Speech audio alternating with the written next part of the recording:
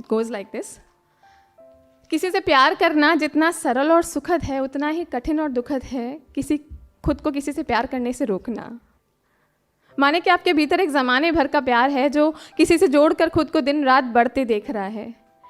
माने कि कोई पौधा आपके देखते ही देखते किसी वट वृक्ष में तब्दील हो जाता है, आप उसे पनपता देख रहे हैं और कुछ नहीं कर पा रहे या फिर कि कुछ करना ही नहीं चाहते, और फिर वो वट वृक्ष अपने फैलाव से आपको घेरने लगता है। कोई 1 इंच ऐसा नहीं जो कि बाकी बचाओ, आप सर से पांव तक बस प्यार हैं। हर लिहाज हर लहजा किसी एक के नाम से बंधा है। स्वर और व्यंजन का कोई एक सार्थक समूह आपका पूरा ब्रह्मांड हो जाता है। पलक भी झपकाएं तो प्यार झड़ते जाए। बताइए, कल्पना से परे वाला प्यार है और आप हैं, और अचानक आपको इस बहते झरने को पाल बांधनी पड़े, एक कुल्हाड़ी दी जाए और खुद ही हर डाल काटनी पड़े। देखिए, कितना भी सोचा जाए मगर इस दुख की परिधि नापने को कोई इकाई मुनासिब नहीं है। जैसे कि कोई भूकंप है और आप जड़वत हैं, आप सब धराशायी होते देख रहे हैं और आंख मीच कर बस सब कुछ खत्म होने का इंतजार कर रहे हैं। हृदय के सहस्त्र टुकड़े, हृदय के असंख्य घाव, हर घाव से रिश्ता भाव, और भाव जो कि आपको खुद से भागने पे मजबूर कर दे। तो समझिए कि छाती में कोई गोला सा बैठ गया है, कुछ जम गया है जो कि भारी है, बहुत भारी। अंदर एसिड भरा है, बूंद बूंद एसिड रिस कर आपके खून में मिलकर बह रहा है। आप गल रहे हैं, आप जल रहे हैं, गलन तीव्रता से महसूस होती है मगर आप कुछ नहीं कर पा रहे हैं। आप कर भी क्या लेंगे? आप बस एसिड के खत्म होने का इंतजार करेंगे, और दुखद यह है कि तब तक गल जाएंगे समूचा। तो समझो कि जो मैं अनंत से उठाकर अपना प्यार फिर शून्य पे ले जाऊं, तो ये ऐसा है जैसे मेरी पृथ्वी किसी धूमकेतु से टकरा गई है जिसके ताप से चमड़ी बदन से बह रही है और मेरा मांस बिखर कर गिर रहा है, और मैं खाली आंखों से ये सब बस देख रही हूँ, क्योंकि मेरे पास अब बहाने को आंसू भी नहीं है, क्योंकि मेरे पास अब कुछ बचा ही नहीं है।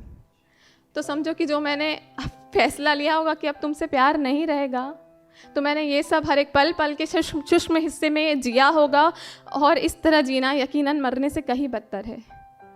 तो समझो कि जो मैं आज हूँ वो अनंत कोई रात है जिसका सवेरा दूर, बहुत दूर है। अपने सच कहने में बहुत हिम्मत लगती है, एक ज़माने भर की हिम्मत, और जाने कितनी हिम्मत से वो हिम्मत बटोरी मैंने। हौसले का हर एक कतरा जोड़कर तुम्हें अपना सच कह सुनाया, और खुद को समझा भी लिया कि नतीजा जो भी हो मुझे फ़र्क नहीं पड़ता। मगर सच इतने सुंदर होते कहाँ हैं। ज़िंदगी में पहली दफ़ा चाहे एक पल को ही सही ये महसूस किया कि काश सच ना कहा होता तो शायद बात कुछ और होती, मगर मैं सच से परे खुद को सोच ही नहीं पाती हूँ। इसलिए खुद को ये कह के समझा लिया कि आज नहीं तो कल ये तो होना ही था। खैर,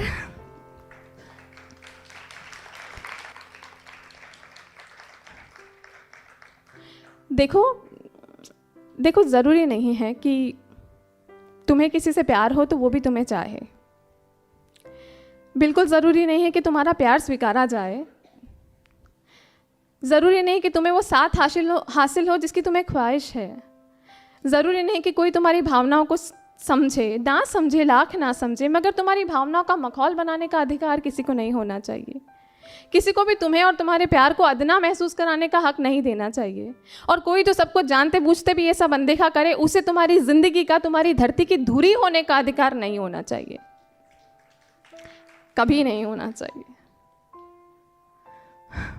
यह अधिकार हम अक्सर लोगों को दे दिया करते हैं, मगर हो सकता है, बिल्कुल हो सकता है कि मुझे तुमसे प्यार हुआ हो गया हो, तुम्हें मुझसे प्यार ना हुआ कोई ज़बरदस्ती थोड़े ना है। मगर क्या इतना भी कहते नहीं बना तुमसे, एक ना तक नहीं कह पाए तुम।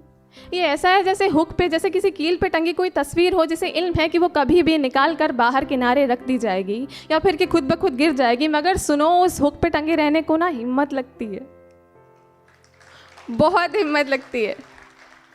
हो सकता है कल को तुम मुझे ये कह दो कि तुम और मैं तो बस दोस्त थे ना, तो सुनो, मैं दोस्तों से ऐसे बात नहीं करती। मेरे दोस्त मुझसे तुम्हारी तरह बात नहीं किया करते। ये संवाद हर दूसरे रिश्ते में नहीं उपजा करते।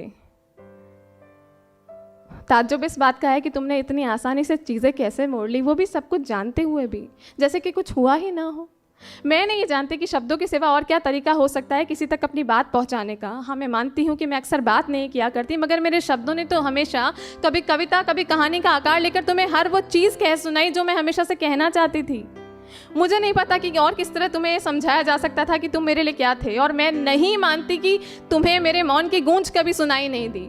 मैं नहीं मानती कि तुम्हें मेरा साफ साफ दिखता सच कभी दिखाई नहीं दिया। तकलीफ इस बात की है कि चीज़ों से इतनी आसानी से भाग कैसे सकते थे तुम, अनदेखा कैसे कर सकते थे, कैसे तुमसे इज्जत से एक ना तक कहते ना बनी। देखो, जब भी हम किसी से प्यार करते हैं ना, तो हाँ और ना दोनों के लिए तैयार रहते हैं, और मैं तो खुद को उस ना के लिए हमेशा से मना कर बैठी थी, मगर एक हाँ तक नहीं थी, एक स्पष्ट ना तक नहीं थी मेरे हिस्से, जिसके लिए मैं खुद को कब से तैयार करके बैठी थी। मेरे हिस्से आए तो बस सवाल, पहले ही सवालों की एक लंबी चौड़ी फहरिस्त थी, तुमने उनमें और इजाफा कर दिया। सवालों के साथ जीना, खासतौर से उन सवालों के साथ जीना जिनका कभी कोई जवाब हासिल नहीं होने वाला ना, आसान नहीं होता है, बहुत हिम्मत लगती है। खैर, इतनी निकल गई, आगे भी निकल जाएगी। मगर हाँ, जब भी अलमारी की दराज खोलूंगी तो तुम्हारा रुमाल, तुम्हारी डायरी, तुम्हारे पोस्ट कार्ड, तुम्हारा वो की चेन, हर बार एक नया सवाल उठाएंगे। वो बैग जिसमें तुम्हारे लिए खरीदे खिलौने इकट्ठा किए थे, वो मेरा मजाक उड़ाएंगे और मैं हंस के रह जाऊंगी। कभी कभी सोचती हूँ कि उन्हें बांट आऊँ, मगर मैं इतना कमज़ोर नहीं कि अपने किए प्यार से भाग जाऊँ। तुम ठीक उस तरह दुखोगे जैसे पुराने जोड़ों का दर्द मौसम के बदलते रह रहे के दुखता है, और मुझे दर्द के साथ जीना आता है।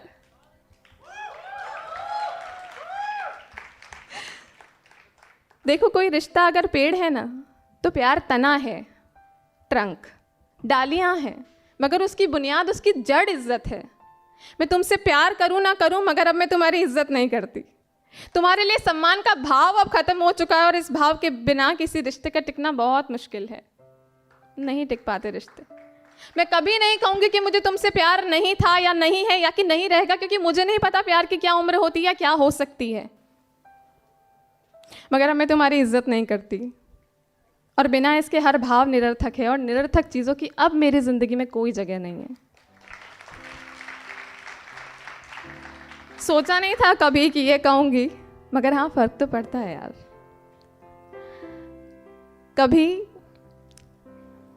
कभी मोबाइल स्क्रीन पे ब्लिंक होते तुम्हारा नाम देख के अंदर कुछ टूटेगा नहीं।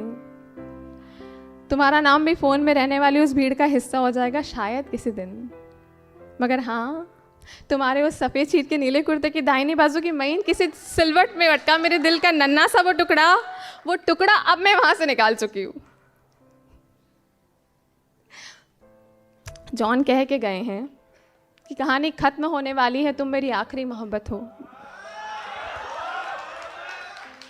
मगर मुझे ये कहना है कि वो कहानी जो कभी शुरू ही नहीं हुई थी, वो कहानी अब खत्म हो चुकी है। और सुनो, तुम मेरी आखिरी मोहब्बत नहीं हो।